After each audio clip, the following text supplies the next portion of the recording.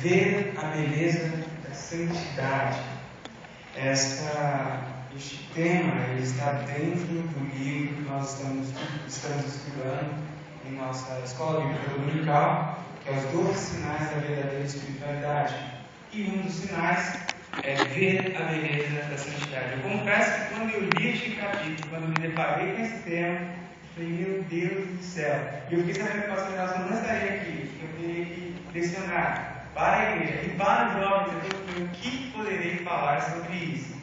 Mas aí, comecei com o Fábio, antes de tudo, comecei com Deus, e eu vou hoje ter um diálogo com vocês, e vai ser um misto. Vai ser um misto de mensagem, com uma aula de escola bíblica dominical, e um testemunho pessoal também. Porque o autor ele coloca este poder, essa capacidade de ver a beleza da santidade de Deus como um sinal dessa verdadeira espiritualidade. Então ela tem um aspecto de mensagem porque ele vai nos desafiar a novas mudanças de vida, novas posturas em nossa vida, quando nos depararemos com a realidade de Deus, com os atributos de Deus. É um pouco de escola bíblica dominical, de aula mesmo, porque nós iremos refletir sobre a pessoa de Deus, sobre os atributos de Deus, atributos morais, atributos naturais, e também é um testemunho pessoal, porque eu vou falar um pouco de como eu vejo do que ver este Deus, ver essa beleza dessa santidade significa para mim. O que a pessoa de Deus, que me deparar com essas verdades, transforma a minha forma de vida. Então é um misto de tudo. É um pouco de mensagem, é um pouco de aula de escola bíblica dominical, é um pouco de testemunho pessoal. Eu gostaria de começar fazendo uma pergunta aqui. Quantos veem a beleza da santidade de Deus?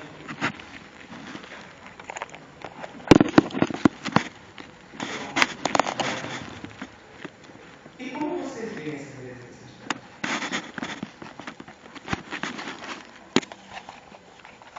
E vocês devem tentando responder como vocês veem a beleza da santidade. E aí eu faço uma segunda pergunta. O que isso muda na tua vida? O que ver a beleza da santidade de Deus muda no seu dia a dia? Em síntese, são essas duas perguntas que nós tentaremos responder nessa manhã, baseadas na palavra de Deus. Como nós podemos ver a beleza da santidade de Deus? E o que ver a santidade de Deus muda na nossa vida? O que ver essa beleza da santidade de Deus muda em nossa vida? Então nós hoje iremos falar sobre Deus, iremos falar sobre a santidade de Deus. Deus é santo. Quando nós falamos que Deus é santo, o que nós queremos dizer, o que a Bíblia está nos dizendo? A palavra santo é ser separado. A raiz lá no hebraico é ser cortado, é ser diferente. Um autor, um teólogo chamado Rudolf Otto, ele traz esse conceito de Deus como um ser inteiramente outro, totalmente diferente de nós, mas no sentido de justiça. A justiça de Deus é totalmente diferente da nossa, porque nós somos seres injustos. Deus é totalmente diferente, totalmente santo, totalmente inteiramente outro, diferente a nós, no quesito amor. O seu amor é totalmente diferente do nosso, porque o amor dele é perfeito, o nosso é imperfeito. Deus é um ser inteiramente outro quanto à sua bondade. Nossa bondade é limitada. Muitas das vezes é uma bondade bem interessante. A bondade de Deus é perfeita. E como a gente sabe disso? Tentar conceituar Deus é algo totalmente complicado. Porque não dá. Não dá para conceituar Deus. Deus não cabe em nossa sabedoria. Ele está muito além da nossa racionalidade, muito além dos nossos pensamentos. Por isso ele é Deus. Ele é o Criador, nós somos criaturas. Se pedir para Deus conceituar o ser humano, ele consegue conceituar, porque foi ele que nos criou. Mas nós nunca conseguiremos conceituar Deus, porque foi ele que nos criou. E o homem tem essa tendência de querer colocar Deus dentro de uma caixinha. E isso desde o início do seu relacionamento com Deus. Quando Moisés, em diálogo com Deus, fala: Deus, então, quando me perguntarem quem me enviou, o que eu vou dizer para eles? Qual é o conceito que eu vou mostrar para eles de quem o Senhor é? Fala para mim o que o Senhor é. é. E Deus diz, eu sou o que sou. No hebraico, o significado literal é, eu sou o que serei. O que significa, eu sou o que serei? Nada mais é do que, Moisés, diga para o povo que eles vão me conhecer à medida que estou encaminhando comigo. Eu sou o que serei com eles. À medida que eles forem caminhando comigo no futuro, eles vão conhecendo de fato quem eu sou. Então não dá para a gente conceituar quem Deus é. Mas dá para a gente saber um pouco sobre este Deus a partir daquilo que Ele nos mostra sobre quem Ele é. A essas manifestações de Deus, a estes lampejos da personalidade, podemos dizer assim, do caráter e do poder de Deus, nós damos o nome de atributos. Atributos de Deus. E os atributos de Deus eles podem ser divididos em duas categorias, podemos chamar assim. Os atributos naturais e os atributos morais. Os atributos naturais são relacionados àquilo que Deus é. Podemos dizer aos poderes de Deus. Sua onipresença, sua onisciência, sua onipotência, sua unidade, sua imutabilidade. E nós vamos ver um pouco desses atributos naturais de Deus, o que isso de fato significa, e a gente vai olhar para os embasamentos bíblicos disso, e vamos ver o que isso significa para a gente. O primeiro atributo natural de Deus é sua onipresença. Abrindo parênteses aqui, oni é uma palavra que vem do latim que significa tudo, ou todo. Então ele tem toda a presença, ele é todo presente. Quando nós falamos que Deus é onipresente, é um Deus que está presente em todos os lugares. Quando a gente abre a nossa Bíblia, lá no Salmo 139, versos 7 e 10, a gente vê Deus se manifestando por meio da sua palavra, nos apresentando este seu atributo de onipresença. Salmo 139, versos 7 e 10.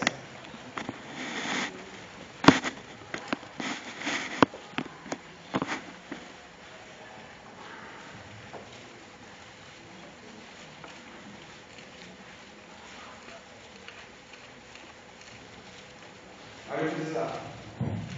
Para onde me irei do teu Espírito? Ou para onde fugirei de tua presença? Se eu subir ao céu, tu aí estás. Se eu descer ao Sheol, a minha cama, eis que tu ali estás também. Se tomar as alas da alva, se habitar nas extremidades do mar, ainda ali tua mão me guiará, e a tua destra me sustentará. E aí o salmista vai discorrendo sobre essa onipresença de Deus. Deus está em todos os lugares ao mesmo tempo. Para Deus não existe tempo e espaço. O nosso Deus é um Deus presente. O que isso significa para os que são verdadeiramente salvos? Para os que não são, isso pode ser um tremendo pavor e desespero. Porque tem um Deus que vê tudo, em todos os momentos, em todos os lugares. Se você não é filho dele, se você tem a imagem de um Deus que está ali como um raio na mão, esperando você pegar a manada sobre a tua cabeça, é desesperador. Mas para os filhos de Deus, crer em Deus no presente é algo maravilhoso. É algo que transmite paz. É algo que transmite segurança. É a possibilidade de um acesso ilimitado. É saber que Deus está comigo quando eu estou passando por um momento difícil, estou no leito de um hospital. E no leito de um hospital eu poder fechar os meus olhos e falar com os Deus. Eu queria estar. Saber que nosso Deus é onipresente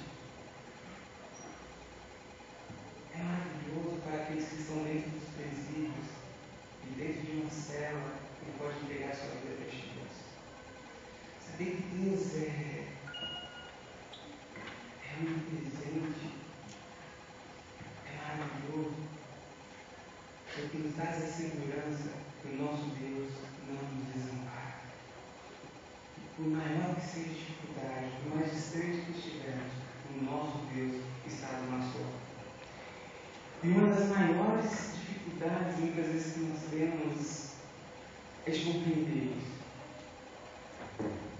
Mas como é maravilhoso passar por dificuldades e tribulações e olhar para o nosso lado, olhar para dentro de nós e ver que Deus está conosco. Em alguns momentos, eu me deparo com o sofrimento de algumas pessoas E racionalmente é difícil de entender como aquela pessoa consegue passar por aquele momento sem perder o sentido da vida, sem perder a sua esperança. Como essa pessoa está encontrando força? Quando a gente vai conversar com essa pessoa, ela fala: olha, a razão pela qual eu ainda continuo em fé, eu continuo vivendo, porque Deus está comigo. Nós cremos em um Deus onipresente. Aonde quer que estivermos, este nosso Deus está conosco. Nós devemos ter a consciência disso. Porque quando nós temos essa consciência, o nosso trabalho se transforma em um culto. Quando nós temos essa consciência, o nosso dia a dia dentro de nossa família se transforma em um culto, porque Deus está aqui. Quando nós temos essa consciência, o nosso andar pela rua se transforma em um ato de oração, porque Deus também está aqui.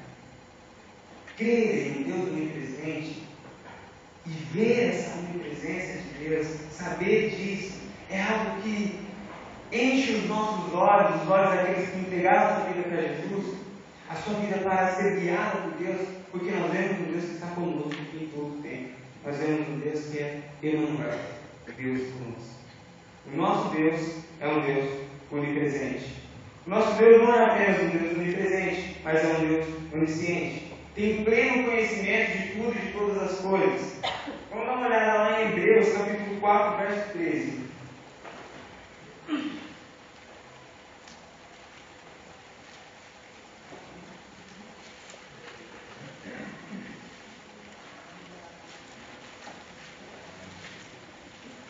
Vamos marcando esses versículos aí, depois para chegar para cá, vamos repetir, pense sobre isso, veja o que isso significa para você. A onisciência de Deus, um Deus que conhece todas as coisas. Hebreus 4, verso 13. Diz o seguinte: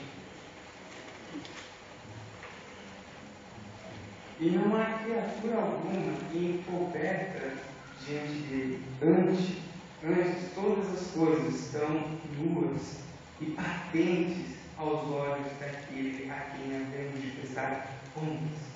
O nosso Deus é um Deus que sabe de todas as coisas. Diferente de nós que aprendemos por experiência, a partir da nossa vivência dentro deste espaço e deste tempo, nós vamos aprendendo como para o nosso Deus não existe espaço e tempo, perante Ele todas as coisas são conhecidas.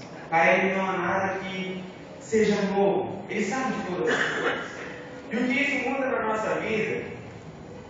Isso nos dá certeza que o nosso Deus conhece todos os caminhos e que Ele tem as palavras de vida eterna e Ele sabe a melhor forma de conduzir os nossos passos. Isso nos dá a certeza que os conselhos, a palavra de Deus, é algo que nós podemos confiar, porque é sábio. Nós podemos obedecer, porque de fato Ele sabe de todas as coisas. E obedecer, no sentido literal, é ouvir, reconhecendo que quem fala está acima e você que está ouvindo está abaixo. Esse é o significado da palavra obedecer. Quando nós temos a consciência que o nosso Deus é um Deus onisciente, que sabe de todas as coisas, nós ouvimos a palavra do Senhor sabendo que Ele sabe o que é melhor para a nossa vida. Que Ele é um Deus que está acima de nós e Ele sabe o final de cada caminho que nós podemos percorrer na nossa vida. E por isso nós podemos ouvir a voz dele dizendo: filho, não vá por esse caminho. Filho, isso é pecado. Isso vai destruir a tua vida. Obedecer é algo muito diferente de ser adestrado. O adestramento é a ação que nós, os seres, têm, movida pelo medo ou pelo interesse. Você adestra um animal por medo, quando você bate nele, ele não faz xixi no meio da sala, não suja, não morde, você bateu nele, ou por recompensa, olha, dá patinha e te dou petinho. Isso é adestramento. Obediência é movida por um ato consciente de que aquele que fala está acima de nós e nós podemos confiar nas suas palavras. Isso é obediência. A onisciência de Deus, quando nós conseguimos enxergar um Deus que sabe de todas as coisas, nos dá essa certeza, essa confiança que nós podemos confiar na palavra de Deus. E por mais que para nós aquilo não seja um caminho viável para ser seguido, mas é porque Deus está falando, é porque essa vontade de Deus nós vamos seguir, nós vamos caminhar, por mais seja. E o que isso significou na minha vida? Porque muitas vezes eu confesso que sou tentado a levar a minha vida pela minha racionalidade, a criar meus próprios caminhos. E muitas vezes a minha mente, a minha natureza pecaminosa, cria caminhos pecaminosos. E neste momento Deus intervém por meio da sua palavra e fala: Manuel, isso é pecado. Manuel, isso está errado. E neste momento abre na minha vida, meus olhos diante de mim, dois caminhos. O primeiro caminho é a minha vontade, o outro caminho é o caminho de Deus. E neste momento, quando eu me lembro que eu tenho um Deus que é onisciente, eu encontro forças para seguir pelos caminhos de Deus. Eu não sei quais são os caminhos que se abrem hoje na sua vida. Eu não sei o que Deus tem falado para você que está errado. Mas, meu irmão, se Deus está falando para você que está errado, mude. Confie na palavra dele. Abandone esse pecado. Tome um caminho diferente. Porque o nosso Deus é um Deus consciente. Os seus caminhos são caminhos de vida e não de morte. Os seus pensamentos são maiores que os nossos pensamentos. A sua vontade é melhor que as nossas vontades. O nosso Deus é um Deus onisciente. Nós, por mais que tenhamos conhecimento, por mais que tenhamos sabedoria, nunca chegaremos aos pés do conhecimento do nosso Deus. Por isso vale a pena confiar na palavra de Deus, porque Ele é um Deus sábio, é um Deus que conhece todas as coisas, é um Deus que sabe passado, presente e futuro. O nosso Deus é um Deus onipresente, é um Deus onisciente e é um Deus onipotente. O que é onipotente? É um Deus que pode fazer todas as coisas. Todas as coisas? Todas as coisas. Até pecar. Para a gente responder essa pergunta, a gente precisa entender essa questão da onipotência. A onipotência de Deus precisa ser dividida também em onipotência moral e onipotência física. Quanto à onipotência moral de Deus, nós entendemos essa questão do pecado. Deus é tão potente, Ele tem tanto poder que Ele não peca. Porque pecar não é poder, pecar é impotência. Nós não pecamos porque nós podemos pecar. Nós pecamos porque somos impotentes. E em nossa impotência, em nossa fraqueza, nós pecamos.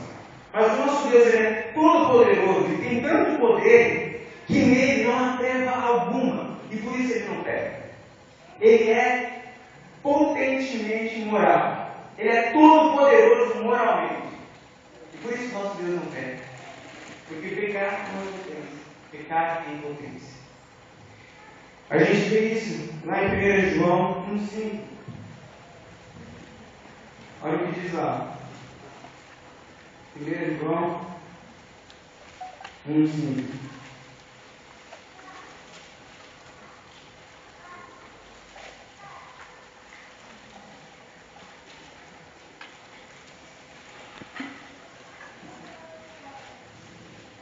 E essa é a mensagem que dele ouvimos e vos anunciamos: que Deus é luz, e nele não há treva alguma. Como a sabedoria de Deus é maravilhosa. Ele não falou trevas alguma. Ele falou: bom, se não há trevas, mas pode haver uma trevinha lá no meio. Não, o nosso Deus é todo perfeito, poderoso, santo. Não há treva alguma. Ele é moralmente potente. Então, ele tem a sua onipotência moral e também tem a sua onipotência física. Quanto à sua onipotência física, ele é um Deus que pode criar, fazer, sustentar todas as coisas que estejam de acordo com o seu ser moral. Este fato de nós termos um Deus que é todo potente, João vai descrever isso lá no seu livro: olha, um Deus que criou tudo, ele tem poder para fazer tudo, todas as coisas. Depois você dá uma olhada lá no livro de Jó, capítulo 42, versos 1 e 2. O que isso muda na minha vida é que esse meu Deus é um Deus todo-poderoso.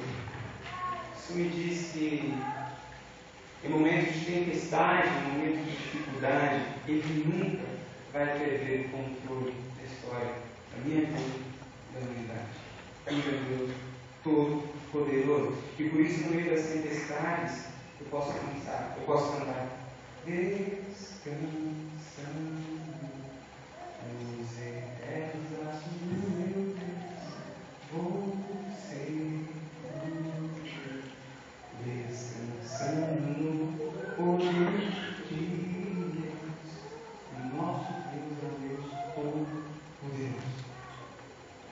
Não há dificuldade, não há problema que seja maior que o nosso Deus. Pode inimigo cair à sua direita e 10.000 à sua esquerda. Se você estiver com Deus, você não será atingido, porque o nosso Deus é um Deus todo-poderoso. E nós podemos confiar. Isso nos livra da ansiedade, isso nos livra da insegurança, isso nos livra dessa aflição que nós temos todas as vezes que tentamos pegar o reino da nossa vida. Deus é poderoso. Porque isso mudou na minha vida. Muitas vezes eu estava vivendo momentos de extrema dificuldade, casado, desempregado, aluguel a pagar. E eu falei, e agora, Deus? E nesses momentos eu lembrava que meu Deus é um Deus todo-poderoso e que era Deus que cuidava da minha vida. O nosso Deus é um Deus que tem poder para cuidar de você. O nosso Deus é um Deus poderoso. Isso muda a vida, isso muda a história. O nosso Deus não é apenas um Deus onisciente, não é apenas um Deus onipresente, não é um Deus onipotente apenas, mas é um Deus também imutável.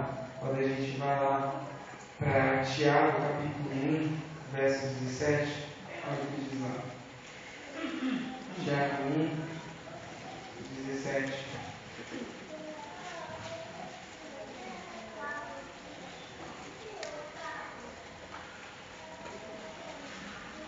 Diz assim: toda boa dádiva, todo dom perfeito vem do alto, descendo do Pai das luzes, em quem não há mudança e nem sombra de variação. O nosso Deus é um Deus imutável. O que isso muda? Isso dá sentido à palavra de Deus. A palavra de Deus não é um livro que apenas nos conta histórias que aconteceram no passado, mas é um livro que nos revela a personalidade, o poder, o caráter de nosso Deus. E quando nós olhamos aqui e vemos um Deus fazendo tudo o que fez, e nos deparamos com a realidade de um Deus que não muda, nós vemos um Deus que fez o que fez no passado e pode fazer o que fez no passado hoje. Nós olhamos para um Deus que condenava o pecado do passado, do povo lá atrás, e que condena os pecados hoje também. Crer em um Deus imutável dá sentido para o nosso ler e conhecer este Deus, à luz da palavra dele. Já pararam para pensar o que isso significa quando você olha e vê Deus sustentando uma nação inteira no deserto por 40 anos, não deixando faltar alimento para esse povo? E muitas vezes a gente fica com medo que vai faltar para nós o sustento. Irmãos, sabe o que significa isso quando a gente olha para a palavra de Deus e vê Jesus entrando no templo, metendo pé em todas aquelas barracas que estavam lá fora, condenando a gente, falando: vocês transformaram a minha casa em um covil de salteadores, interesseiros, arrogantes. É saber que Deus, quando chega aqui no templo e vê que a gente só está interessado nos nossos interesses, querendo as nossas vontades, esquecendo do que é principal, a vontade dele, ele também entra e quer meter o pé na barraca que a gente está construindo aqui. É o mesmo Deus, não mudou. O nosso Deus é imutável. Ele continua amando o pecador da mesma forma que amou quando enviou seu Filho Jesus. E continua odiando o pecado da mesma forma como ele criticou e condenou e apontou os dedos dos fariseus, dos espíritos e dos pecadores que não se arrependiam. É o mesmo Deus, não mudou. O nosso Deus é um Deus imutável, que ama o pecador e que condena o pecado. É um Deus que sustenta e sustentou. É um Deus que perdoou e perdoou. É um Deus que curou e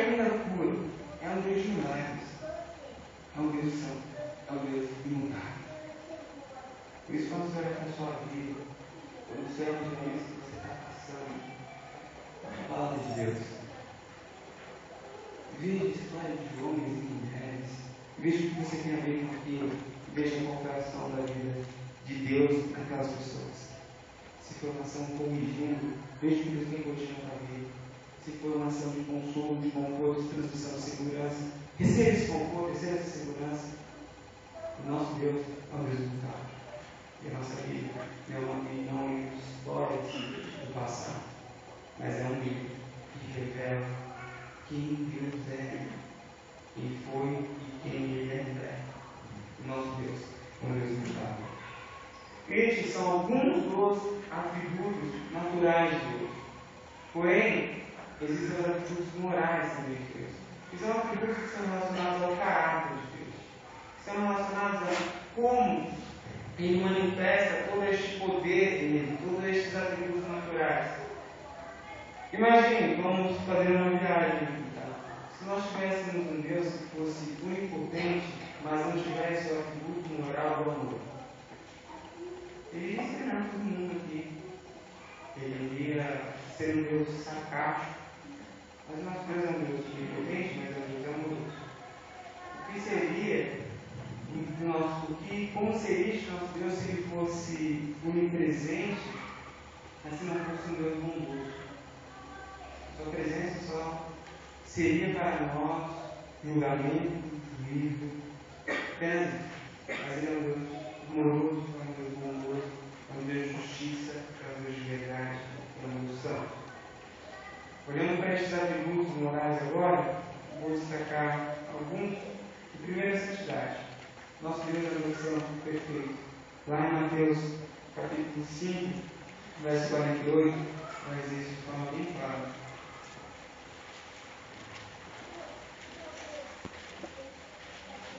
Mateus 5, verso 48.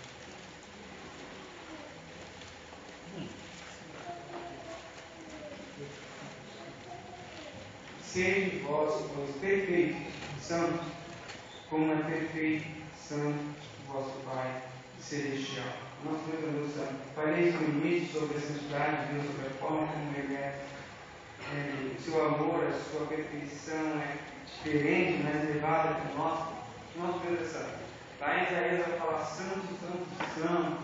Alguns vão dizer que Isaías 6, como 3, vão dizer que está se referindo ao Deus Pai, do Filho e do Espírito Santo. Mas na verdade não, isso é uma forma da literatura hebraica de expressar a superlatividade, podemos dizer assim, da santidade de Deus. É como se ele estivesse dizendo, santíssimo é o nosso Deus, quando ele disse santo, santo, santo. Não há um Deus mais santo que o nosso Deus. E o que isso transforma em nossa vida? E o que isso muda? O que isso significa para nós? Isso nos impulsiona a viver uma vida assim. Isso nos impulsiona a ter passos parecidos com os passos do nosso Deus. Porque nós somos servos de um Deus santo. Nós somos discípulos de um Deus santo. E ser discípulo e ser servo não é apenas você ser sustentado, não é apenas você ser alimentado, mas é você olhar para o seu mestre, é você olhar para aquele que é o seu Senhor e falar, eu quero ser parecido como este. Isso é ser discípulo. A santidade de Deus nos impulsiona a ter uma vida diferenciada aqui na terra. Porque Ele nos mostra o ideal de vida. Ele nos mostra como viver.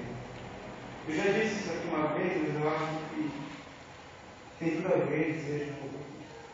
O nosso Deus, eu falo isso sempre para os jovens também, o nosso Deus não é um Deus que desceu para o playground e fechou o portão e a partir de hoje ninguém brincar mais, eu vim aqui para deixar a vida de vocês chata, infeliz. Não. O nosso Deus é um Deus que desceu no playground e nos ensina a viver sem nos machucarmos, a desfrutar aquilo de melhor que existe nessa terra, com a sabedoria, com a companhia, com o ensinamento de Deus. Este é o papel da palavra de Deus. Essa é a função que o Espírito Santo exerce também em nossas vidas, de nos guiar, de nos ensinar a viver, de direcionar os nossos passos, A santidade de Deus nos motiva, nos ensina a expressão. Outro atributo moral de Deus é a sua justiça. O nosso Deus é muito justo. podemos ver um Deus não apenas que está ali para julgar e para falar, você vai para o céu, você vai para o inferno. Nós vemos a justiça de Deus, uma justiça que nos justifica. Uma justiça que nós podemos recorrer a ela e falar, Deus, olha para as minhas dificuldades, olha para as minhas limitações, e essas incumbem dela. Mas ele fala, olha, eu justifico você por Deus Santo. Nosso Deus é o meu tudo. Isso não é a minha vida. E muitas vezes eu oro com Deus, até quando? Olha como Davi. Deus, até quando os ímpios vão prosperar e os justos vão sofrer? E quando eu me lembro que meu Deus é justo, eu lembro que Ele vai contribuir a cada um no seu tempo, no seu devido momento, aquilo que cada um com as suas obras. Ele é o Senhor da história. Isso tira de mim a necessidade de querer fazer justiça com as próprias mãos. Isso tira de mim o peso de querer ser o juiz e carregar culpa, impor castigo na pessoa que pecou contra mim, sabe mesmo liberar perdão. E também me ajuda a receber o perdão de Deus. A justiça de Deus é uma justiça que me justifica e que tira do meu peso de ser juiz. E eu quero terminar com um atributo de Deus que nós não poderia faltar a nós nessa manhã. Só bem parece, Deus tem muitos outros atributos, tá? Não tem apenas alguns. Mas o atributo do amor. Nosso Deus é amor. E aí o último versículo que nós iremos ler aqui é o 1 João 4, 8. 1 João 4, verso 7 e 8.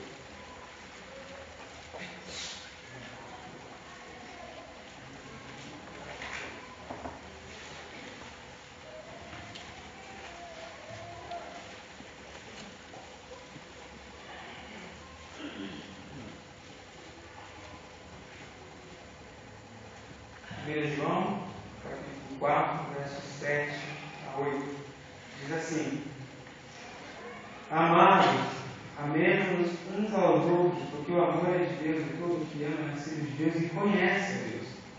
Aquele que não ama, não conhece a Deus, porque Deus é amor. Deus é amor. E um autor chamado Langston considerou este amor de Deus da seguinte forma: o amor em Deus é Ele dando-se a si mesmo e dando tudo quanto é bom às suas criaturas, com o fim de possuí-las na mais íntima comunhão consigo mesmo. Como a gente pode ver o amor de Deus? Como a gente pode saber que Deus nos ama? Existem inúmeras manifestações do amor, do cuidado, do poder de Deus. Mas acredito que a maior manifestação que Ele fez foi quando Ele enviou Jesus aqui na terra. A ponto de sofrer o que sofreu e ir até a morte para nos dizer que eu te amo. Essa é a manifestação de Deus. É um Deus que se entrega por amor. Isso é uma loucura na visão dos homens. Em todas as outras teologias de outras religiões, de outras seitas, enfim, essa ideia de um Deus que morreu por amor é extremamente absurda, porque apresenta um Deus fraco, um Deus que pode morrer. E quem adoraria um Deus que pode morrer? As mitologias, quando você vai para a mitologia grega, você tem deuses fortes, deuses que não morrem. E nosso Deus morre e morre por amor. Que declaração de amor é essa? Que Deus é esse? Um Deus que morre por amor e morre no lugar da criatura que tu adora. O que isso muda na minha vida? Isso me ajuda a continuar caminhando. Sabendo que o amor dele não desistiu. E muitas vezes eu já havia desistido de mim. Ó Deus, para mim não é jeito. Mas Deus, eu já pisei tanto na bola contigo. Eu já criei tantas pessoas. Nesses momentos eu lembrava de Deus que dentro. E fala, eu te amo. E mesmo que eu tivesse desistido de mim, eu me deparava com o amor que de mim não existia. Esse amor de Deus me motiva a continuar caminhando. Eu não sei qual problema você está passando. Eu não sei quais são os pecados que você está vivenciando na sua vida. Mas saiba que Deus não desistiu de você, que Ele te ama. E que hoje Ele te chama para começar de novo. As misericórdias dele se renovam a cada manhã. Para Deus não existem casos e causas impossíveis. Olha, Deus não pode. Eu já vi Deus libertar pessoas do crack, eu já vi pessoas libertar. Já vi Deus libertar pessoas do álcool, mas eu nunca vi Deus libertar pessoas do pecado que eu tenho.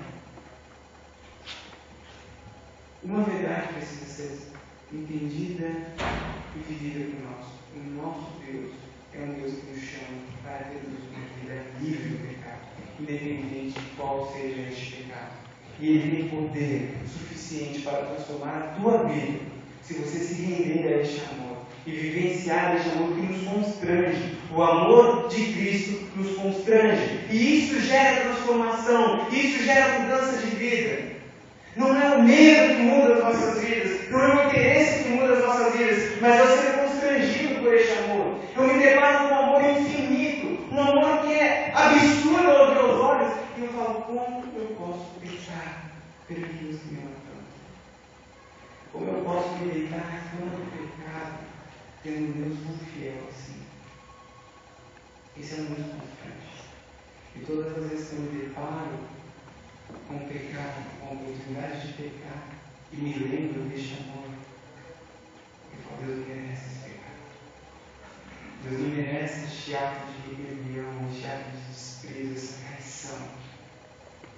O amor de Cristo me transforma, o amor de Cristo me constrange, o amor de Cristo me santifica.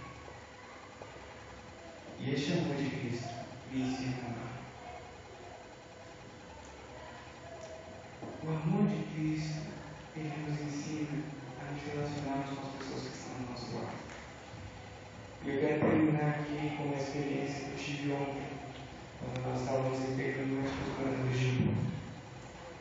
Ontem nós fomos aí na região do Grécia, e aí a gente parou, nós estávamos assim, no carro, a gente parou, veio primeiro aquela leve de moradores de rua, né? E era um caso de lanche, e outros não veio. A gente vai nos barracos e tal, na onde eles são deitados, e a gente vai, pega os lanches e começa a conversar com esses aí. E eu cheguei em um desses barracos, eu falei, ó o lanche. Aí ele falou, parceiro, não tem, cheguei. Aí eu parei ali na porta, né, ele ficou lá dentro, eu comecei a conversar com ele, falei do amor de Cristo, falei da possibilidade de transformação e tal.